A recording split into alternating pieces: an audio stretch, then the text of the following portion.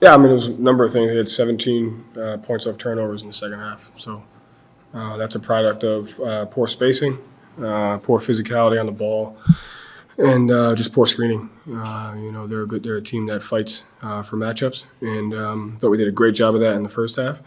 And those 17 points off turnovers, I think, were the difference maker down the stretch. What do you think changed in that sense? Because it did feel like the ball control was pretty good in the first half. Yeah. I think it's a level of intentionality on our screening, a level of intentionality on our spacing.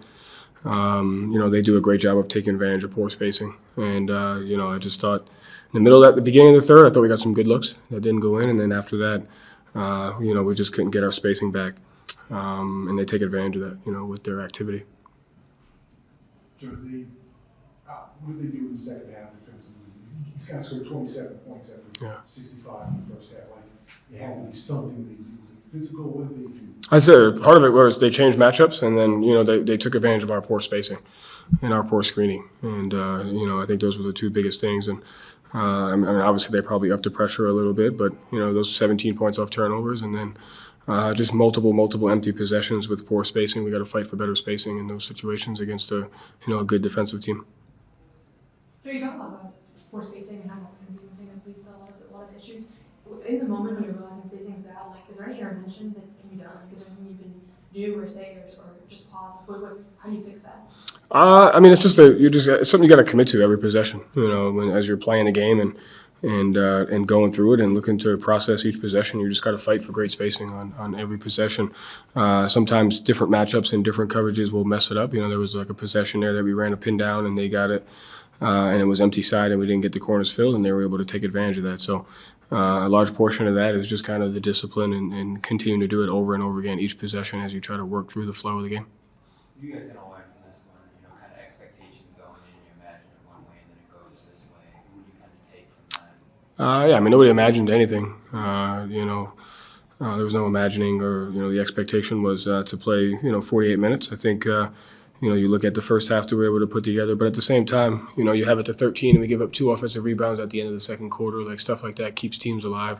And then just every possession matters, whether it's offense or defense. Just critical possessions that we have to be better on both sides of the ball, and we got to just continue to work at that. Jim, at 21 that first half, you didn't score in the second half. Do you see anything there in his game or the way they changed coverages on him to make it more challenging? Yeah, they moved to him. That had a little bit to do with it.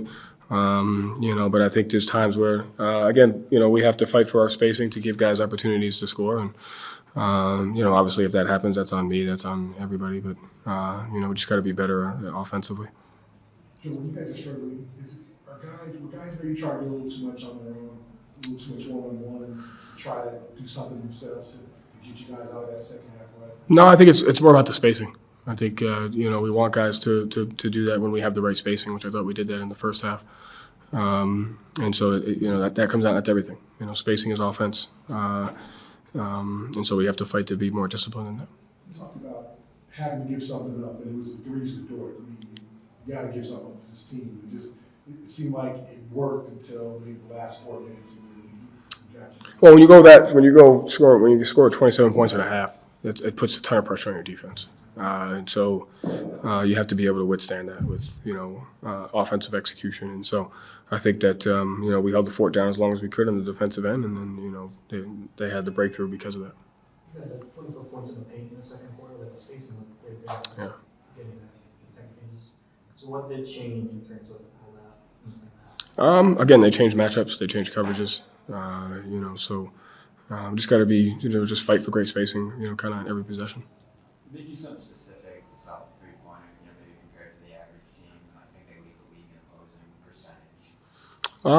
Yeah, I mean, they do a good job closing out. They do a good job with high hands. I thought we had some open ones that we missed. I thought there was some we could have got better on, but they do a good job with their multiple efforts. But when we get the open ones, we got to knock them down. Jason, any lingering effects from that shot on the sidelines? I haven't talked to him, but I think I would imagine he's okay. But I haven't spoken to him about it. Thank you, Joe. Thanks.